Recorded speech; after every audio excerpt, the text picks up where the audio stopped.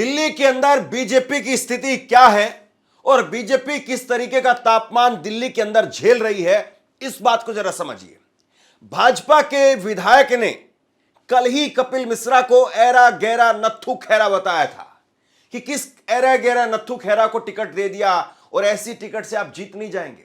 और बीजेपी को बैकफुट पर आते हुए फिर भाजपा के अपने उस विधायक मोहन बिष्ट के लिए क्या करना पड़ा, आगे मैं आपको बताऊंगा। लेकिन एक और बड़ी खबर आपको बता देता हूं। आज ही बीजेपी के एक और पूर्व विधायक ने मोर्चा खोल दिया। उन्होंने बाकायदा ऐलान कर दिया है वो चुनाव में जा रहे हैं और भाजपा ने जिनको टिकट दिया है उनके खिलाफ खुल करके मोर्चा खोला है और कई बड़े गंभीर आरोप उनको लेकर के लगाए हैं। दूसरी तरफ अरविंद केजरीवाल आज दिल्ली में चुनाव आयोग में पहुंचे। चुनाव आयोग में पहुंच करके उन्होंने कई गंभीर आरोप लगाने का काम किया। यह तक कह दिया कि चुनाव में चुनाव आयोग और डीएम की मिली भगत से यहां पर बड़ा खेल करने की तैयारी चल रही है। एक बात को जरा समझिए, दिल्ली जो है वो कोई बहुत बड़ा स्टेट नहीं है। स्टेट ही नहीं है दिल्ली, केवल केंद्र शासित प्रदेश है। 70 सीटें हैं यहां पर। नरेंद्र मोदी 11 साल से दिल्ली की हुकूमत पर यानी केंद्र की हुकूमत पर है, लेकिन दिल्ली उनसे बहुत दूर है। और देखिए किस तरीके से दिल्ली में इस बार के चुनाव में भाजपा के लिए करंट दिखाई दे रहा है। मैंने कल आपको खबर दिखाई थी, मोहन बिष्ट उन्होंने कपिल मिश्रा को लेकर के मोर्चा खोल दिया था और आज आपकी स्क्रीन पर दूसरे भाजपा के विधायक, पूर्व विधायक, ये नरेला से नील दमन खत्री, इन्होंने मोर्चा खोल दिया है। और आप ये स्क्रीन पर जो देख रहे हैं, इन्होंने ऐलान कर दिया ये निर्दलीय के तौर पर, प्रत्याशी के तौर पर जो है वो पर्चा भर रहे हैं और हो सकता है कि किसी पार्टी में भी शामिल हो जाएं, लेकिन चुनाव लड़ेंगे ये इन्होंने ऐलान कर दिया है। नरेला 2 बार से यहां पर लगातार आम आदमी पार्टी जीत रही है। उससे पहले कांग्रेस ने यहां पर हैट्रिक लगाई थी, लेकिन बीजेपी की राह यहां पर आसान नहीं है। और इन्होंने जो आज मोर्चा खोला है, इसके बाद में बीजेपी इनको मनाने के लिए क्या करती है, देखने वाली बात रहेगी। ये मनाने वाली बात मैं क्यों कह रहा हूं, ये मनाने वाली बात मैं क्यों कह रहा हूं, ये मनाने वाली बात मैं इसलिए कह रहा हूं क्योंकि मोहन बिष्ट, जिन्होंने कपिल मिश्रा को ऐरा गैरा नत्थु खैरा बताया था, भाजपा पूरी तरह से सरेंडर करते हुए उनका नाम मुस्तफाबाद से डिक्लेयर कर दिया है। उनको टिकट दिया गया मुस्तफाबाद से। वरना आप बताइए, बीजेपी के अंदर एक बार टिकट होने के बाद में और जो भारतीय जनता पार्टी के मौजूदा उम्मीदवार कपिल मिश्रा को ऐरा गैरा नत्थु खैरा बता रहा है, और जाहिर सी बात है उम्मीदवारों का ऐलान होता है तो उस पर मोदी और शाह का अपना एक ठप्पा होता है, उनकी एक अपनी मोहर होती है, तब जाकर के ऐलान होता है। मोदी और शाह के उम्मीदवार को ऐरा गैरा नत्थु खैरा बता रहे थे, उसके बावजूद बीजेपी ने इनको टिकट देने का काम किया। स्क्रीन पर आप देखिए, ये देखिए, उन्होंने बीजेपी ने एकमात्र लिस्ट जो है वो जारी की है और ये बीजेपी की तीसरी लिस्ट है। 12 तारीख को कल ये लिस्ट जारी की गई और इसमें मुस्तफाबाद से इनको मोहन बिष्ट को उम्मीदवार बनाया गया है। और इतनी बात नहीं है, मोहन बिष्ट जब उम्मीदवार बने तो कपिल मिश्रा, जिनको ये ऐरा गैरा नत्थु खैरा बता रहे थे, ये क्या कह रहे हैं देखिए जरा। आदरणीय बड़े भाई मोहन सिंह बिष्ट जी को मुस्तफाबाद विधानसभा से भाजपा का प्रत्याशी बनाए जाने पर हार्दिक बधाई व अभिनंदन। ये होता है चुनाव में बिल्कुल रेंग करके। मैं इससे आगे नहीं बोलना चाहता हूं। मतलब कपिल मिश्रा को ऐरा गैरा नत्थु खैरा बता रहे थे मोहन बिष्ट, और मोहन बिष्ट को ही अब कपिल मिश्रा को बड़े भाई, आदरणीय, बधाई, अभिनंदन सब बोलना पड़ रहा है ना। लेकिन मोहन बिष्ट क्या बोल रहे थे, सुन लीजिए। क्या भूल हुई? निश्चित रूप से पार्टी को ये लगता है कि ये बीजेपी की सीट है और बीजेपी में किसी ऐरा गैरा नत्थु खैरा किसी को भी लड़ा देंगे, वो जीत जाएगा।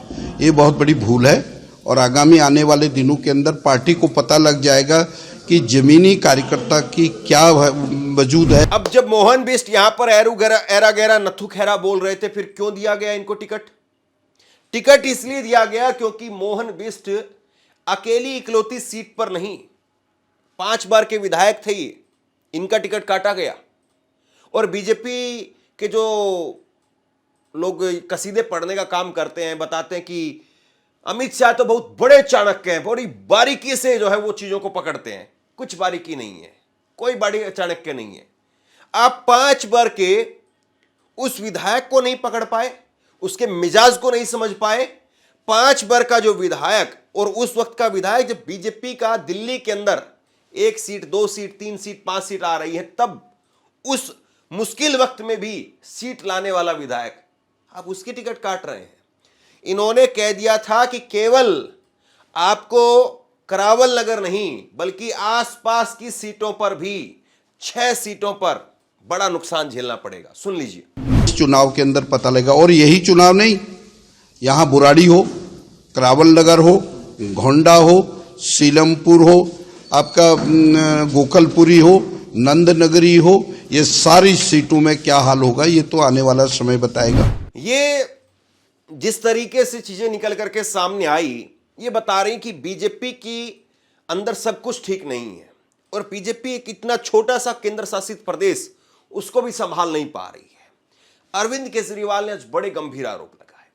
उन्होंने कहा कि दिल्ली में नई दिल्ली की जो सीट है जिस पर अरविंद केजरीवाल खुद चुनाव लड़ रहे हैं, संदीप दीक्षित वो चुनाव लड़ रहे हैं और उनके साथ में प्रवेश वर्मा भाजपा की तरफ से वो चुनाव लड़ रहे हैं, और यहां पर आम आदमी पार्टी कह रही कि खुल करके वोट बनवाए जा रहे हैं भाजपा के सांसदों के घरों पर, पूर्व मंत्रियों के घरों पर, और वर्तमान में जो मंत्री हैं मोदी सरकार के अंदर उनके सरकारी पदों पर वोट बनवाए जा रहे हैं। और जब इसको लेकर के कोई डीएम से पूछता है तो डीएम साहब कहते हैं कि भाई उनके घर में माली भी रहते हैं, रसोइये भी रहते हैं, उनके वोट भी होते हैं। एक एक घर में क्या 16-16 माली हैं, 16-16 रसोइये हैं, और ये अचानक से आ गए क्या? केजरीवाल ने कहा कि डीएम का यह कहना, इसका मतलब यह है कि डीएम भी चुनाव आयोग के अधिकारियों के साथ में मिला हुआ है, चुनाव आयोग की मिली भगती के बड़े गंभीर आरोप लगा रहे हैं। सुन लीजिए। नई दिल्ली विधानसभा के अंदर भारतीय जनता पार्टी के कई सारे, प्रवेश वर्मा जी, सीपी जोशी जी, कमलेश पासवान जी, पंकज चौधरी जी, जयप्रकाश जी, रेवती त्रिपुरा जी, कई इनके बीजेपी की एमपीज के घर से 30-30, 40-40, 20-20 वोट, नए वोट बनने के लिए एप्लीकेशंस गई हुई हैं। ये बड़ा मिस्टीरियस है। मुझे एक पत्रकार ने बताया कि उन्होंने लोकल डीएम से पूछा, उस लोकल डीएम से पूछा कि आप इसका क्या कर रहे हैं। लोकल डीएम का जवाब था कि भाई साहब एमपीज के घर में माली भी होते हैं, नौकर भी होते हैं, फलाना भी, तो इसका मतलब डीएम मन बना चुका है कि इस खेल में डीएम भी शामिल है। प्रवेश वर्मा जी इस घर में 11 साल से रह रहे हैं। 11 साल से वो बिना माली के, बिना नौकर के, बिना रसोइये के, बिना उसके काम चला रहे थे। वहां तब तक 3 वोट बने हुए थे, वो 3 वोट से काम चला रहे थे। अब अचानक 15 दिन में उन्हें सारे रसोइये याद आ गए, सारे माली याद आ गए, सारी क्या है। इलेक्शन कमीशन भी मिला हुआ है, बीजेपी भी मिली हुई है, सांसदों के घरों से 30-30, 40-40 वोट अगर 10 दिन 15 दिन पहले बनने चालू हो जाएंगे और डीएम, लोकल डीएम जो है पत्रकारों को उसकी जस्टिफिकेशन देगा, तो चुनाव की प्रक्रिया में सैंक्टिटी कहां बच गई? फिर चुनाव करा क्यों रहे हो? डिक्लेयर कर दो इनको, बीजेपी वालों को, कि बीजेपी जीत गई, बस अब इस देश के अंदर तानाशाही होगी। ये होने नहीं देंगे हम किसी हालत में, ये दिल्ली के लोग नहीं होने देंगे, किसी हालत में नहीं देंगे। अब सवाल यही है कि क्या वाकई बीजेपी एक बहुत बुरी तरीके से दिल्ली में फंसती हुई नजर आ रही है? और सबसे बड़ी बात यह है, दिल्ली के अंदर जिस तरीके से बीजेपी की अभी जो स्थिति दिखाई दे रही है, ऐसे में यही ट्रेंड अगर जारी रहता है तो बीजेपी के लिए कोई बहुत बड़ी संभावनाएं नहीं है, क्योंकि बीजेपी रसातल में है और रसातल से और आप ऊपर तक आए, इसके लिए बड़ा जो है वो आपको स्ट्रगल करना पड़ता है। और जब आप खुद एक बड़े संघर्ष से अपनी पार्टी के अंदर जूझ रहे हैं तो बहुत मुश्किल जो है ये काम हो जाता है। इसके साथ में अवध ओझा, उनको लेकर के भी एक बवाल खड़ा हो गया। खबरें ये भी आने लगी कि अवध ओझा पता नहीं चुनाव लड़ पाएंगे कि नहीं लड़ पाएंगे। हुआ ये कि अवध ओझा का जो वोट है वो नोएडा के अंदर था, अब वो आम आदमी पार्टी में शामिल हो गए। आम आदमी पार्टी के अंदर शामिल होने के बाद में वो पटपटगंज से उन्होंने वोट के लिए अप्लाई कर दिया, लेकिन उनका वोट ट्रांसफर ही नहीं किया गया कि यहां पर उनका वोट बन जाए, वहां से वोट कट जाए। मतलब इतना हाई प्रोफाइल मामला, और उसमें भी चुनाव आयोग किस तरीके से कर रहा है। सुनिए इसको लेकर के अरविंद केजरीवाल क्या कह रहे हैं। अवध कुमार ओझा जी हमारे पटपड़गंज से कैंडिडेट हैं। उनका वोट ग्रेटर नोएडा में बना हुआ था। उन्होंने दिल्ली में वोट बनवाने के लिए 26 दिसंबर को फॉर्म 6 भर दिया, आवेदन दे दिया। उन्हें वहां से कोई जवाब नहीं आया। किसी ने उन्होंने कहा कि चूंकि आपका ग्रेटर नोएडा में वोट बना हुआ है तो आपको फॉर्म 6 नहीं फॉर्म 8 भरना पड़ेगा ट्रांसफर के लिए। तो उन्होंने 7 जनवरी को फॉर्म 8 भर दिया। कानून के मुताबिक 7 जनवरी लास्ट डेट थी फॉर्म 8 भरने की। दिल्ली के चुनाव आयोग सीईओ इलेक्टोरल ऑफिसर जो है दिल्ली की, उन्होंने एक ऑर्डर निकाला जिसमें उन्होंने लिखा कि 7 जनवरी लास्ट डेट है। मिस्टीरियसली एक दिन बाद दोबारा ऑर्डर निकाला और उसमें कह दिया 6 जनवरी लास्ट डेट है। ये दूसरा ऑर्डर क्यों निकाला गया? ये कानून के खिलाफ है, इलेक्शन कमीशन की गाइडलाइंस के खिलाफ है। 24 घंटे के अंदर ऑर्डर पलट दिया जाता है। तो क्या इसे अवध ओझा को डिबार करने के लिए जानबूझ के ये ऑर्डर निकाला गया है? इसके बावजूद भी इलेक्शन कमीशन का मैनुअल है, वो ये कहता है कि अगर कोई एप्लीकेशन फॉर्म 8 की ट्रांसफर ऑफ वोट की लास्ट डेट के बाद भी आती है तो इलेक्शन कमीशन उसको गौर कर सकता है और स्पेशल सर्कमस्टांसेस में। हमारा तो एक कैंडिडेट के कैंडिडेचर का सवाल है। तो आज हम चीफ इलेक्शन कमीशन से मिलेंगे और उनसे ये निवेदन करेंगे कि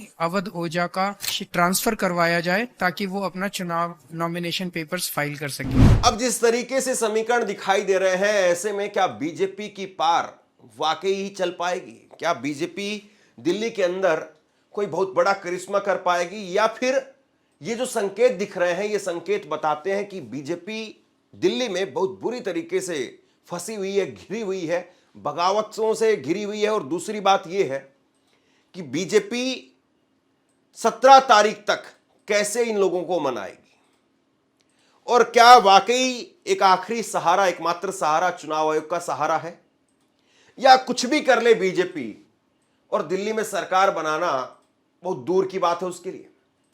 आप लोग बताइए, आप क्या सोचते हैं? नीचे कमेंट बॉक्स में अपनी राय लिख करके जरूर बताइए। इस वीडियो को शेयर कीजिए और इसी तरह की तमाम खबरों के लिए ऑनलाइन न्यूज इंडिया को सब्सक्राइब कीजिए। आपका बहुत बहुत धन्यवाद।